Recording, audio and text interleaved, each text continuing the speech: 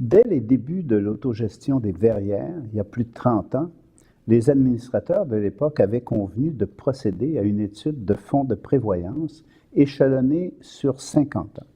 Cette étude-là, qui est aujourd'hui informatisée, a été plusieurs fois mise à jour. La dernière grande révision a été réalisée par notre invité aujourd'hui, M. Régent Touchette, associé principal de la firme Cossette et Touchette. Monsieur Touchette, bonjour. Comment vous qualifiez l'état actuel des verrières, des 5 verrières qui font partie de l'autogestion, et aussi la qualité du programme d'entretien qui a été fait durant les 3 dernières décennies? Alors, pour avoir étudié le dossier des verrières, pour avoir travaillé plusieurs mois sur le dossier des verrières, je vous dirais que les verrières sont en bonne condition. Ce sont des bâtiments après 3 décennies qui sont encore en très bonne condition. Il y a une très bonne stratégie de gestion qui a été mise en place au cours des 3 dernières décennies qui fait en sorte de préserver l'actif immobilier. Alors, l'actif, je vous dirais qu'il est pratiquement en aussi bonne condition qu'au moment où il a été construit initialement. Il y a 30 ans. Oui, ça ressemble beaucoup. Même, je vous dirais qu'il y a eu des améliorations qui ont été faites là, avec le temps. Là. Avez-vous été satisfait de la qualité et de la quantité des documents et des rapports d'experts du syndicat qui ont été mis à votre disposition pour réaliser votre étude? C'était particulier aux verrières, c'est-à-dire qu'on a plus de 1000 études de préparées sur des bâtiments semblables aux verrières, plus petits, plus gros, plus vieux, plus jeunes. Et c'était l'une des premières fois qu'on avait cette quantité d'informations-là sur le bâtiment. En fait, on avait des informations même qui dataient d'il y a pratiquement 30 ans. Sur le bâtiment. On a passé plusieurs heures à lire tous ces documents, les études qui ont été faites.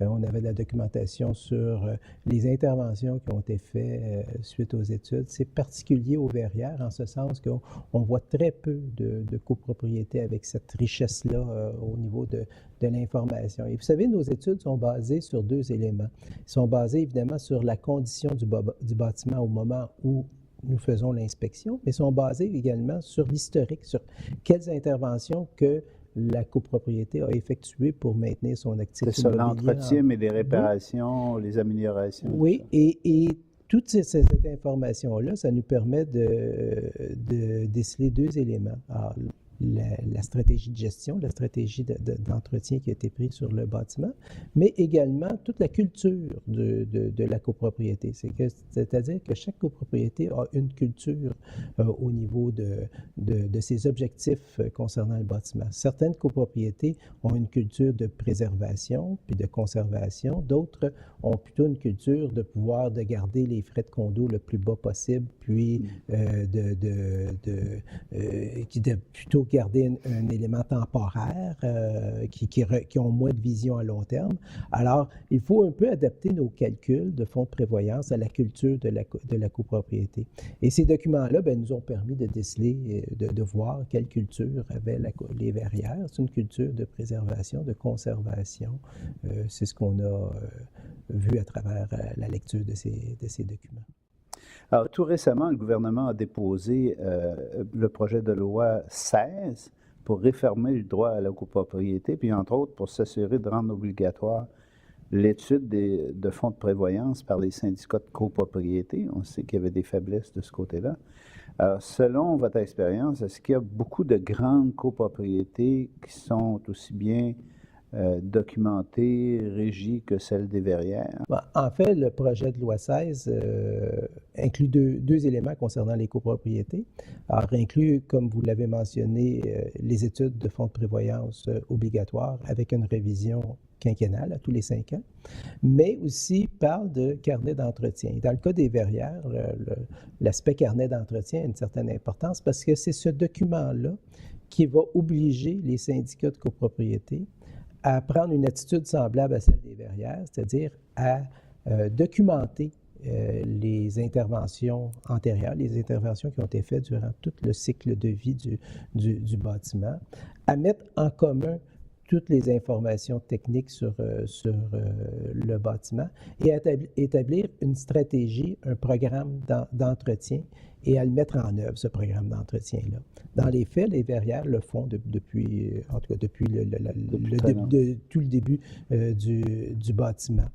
L'autre aspect, les études de fonds de prévoyance, bien, les verrières le font depuis... La loi 16 ne changera rien pour les verrières parce que les verrières le font depuis longtemps.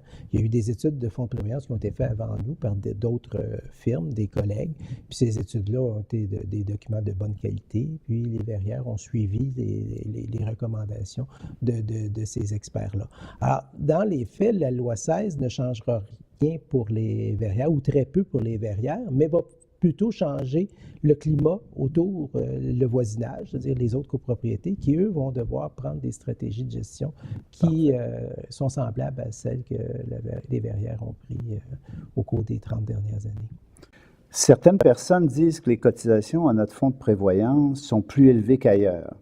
Est-ce que le projet de loi 16 n'indique pas, au contraire, que ce sont les fonds de prévoyance de plusieurs autres syndicats de copropriété qui ne sont pas assez pourvus ou, dans certains cas, presque inexistants? En fait, c'est pas rien que le projet de loi 16, mais la résultante, la raison pour laquelle le projet de loi 16 existe, c'est justement parce qu'il y a une carence généralisée de la provision des fonds de prévoyance au Québec. Et ça, c'est dans toutes les catégories de copropriétés. Les petites copropriétés sont encore plus à risque que les grandes copropriétés, mais dans les grandes copropriétés, encore là, il y a des copropriétés qui ont des stratégies de gestion plus élevées que d'autres copropriétés. Alors, je vous dirais que dans le cas des verrières, c'est sûr qu'il y a une bonne stratégie de gestion, mais on croit ou on peut penser que le projet de loi 16 va faire en sorte que plusieurs copropriétés vont avoir des stratégies de gestion semblables aux verrières dans le futur et que les cotisations au fonds de prévoyance devraient devenir un peu semblables dans l'ensemble des copropriétés au Québec. Est-ce que, selon vous, l'expérience des gestionnaires et le suivi de la gestion de l'actif ont été et sont toujours adéquats? Oui, bien sûr. Même c'est ce qui est intéressant dans l'étude qu'on a faite, c'est qu'elle est un peu avant-gardiste au niveau de la loi 16. En fait, cette étude-là arrive exactement au bon moment par rapport à la sortie de la loi 16. La loi 16 va marquer un grand changement dans la gestion de la copropriété au Québec. Et il y a toute une standardisation qui va être mise en place par rapport au carnet d'entretien et aux études de fonds de prévoyance. Et là-dessus, les verrières sont un peu précurseurs, sont un peu d'avant-garde.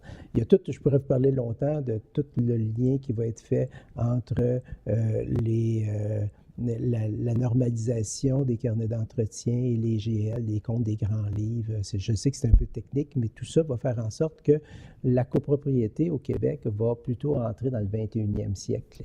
Va commencer à rentrer dans le 21e siècle au niveau de ses stratégies de gestion, puis au niveau notamment de la provision au fonds de prévoyance. Pouvez-vous qualifier les augmentations requises à notre fonds pour rencontrer les besoins futurs? Et le fait que, grâce à elles et aux argents déjà accumulés, il n'y a pas lieu de prévoir de cotisations spéciales pour garantir un long avenir à nos immeubles. Bien, écoutez, la plupart, premièrement, il y a eu beaucoup d'études, il y a eu quelques études qui ont été faites avant nous. À tous les 5 ans, en fait, les verrières ont fait des études. Ces études-là ont été également des études de bonne qualité qui ont donné des bonnes orientations aux verrières, ce qui fait que la transition qu'on fait actuellement n'est pas très grande, elle était quand même relativement harmonieuse, puis ne nécessite pas de cotisation spéciale, ce qui n'est pas généralisé. Je veux dire, il y a beaucoup de copropriétés qui ont des fonds de prévoyance ou qui ont des cotisations au fonds de prévoyance qui sont inférieures à celles des verrières, mais qui sont sujets à avoir des cotisations spéciales. Alors, ce n'est pas le cas des verrières.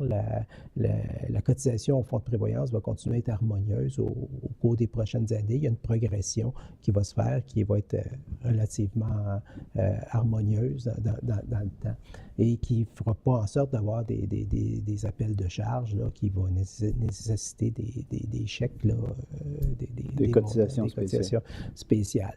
Je vous dirais que les verrières ne sont pas les seuls. Il y a d'autres copropriétés, d'autres voisins qui le sont, mais il y a aussi beaucoup de voisins qui n'ont pas non plus cette stratégie-là et qui, eux, vont probablement être sujets à avoir des ajustements, puis que ces ajustements-là vont probablement être beaucoup moins harmonieux, beaucoup moins délicats que ce qui se passe dans le cas des verrières.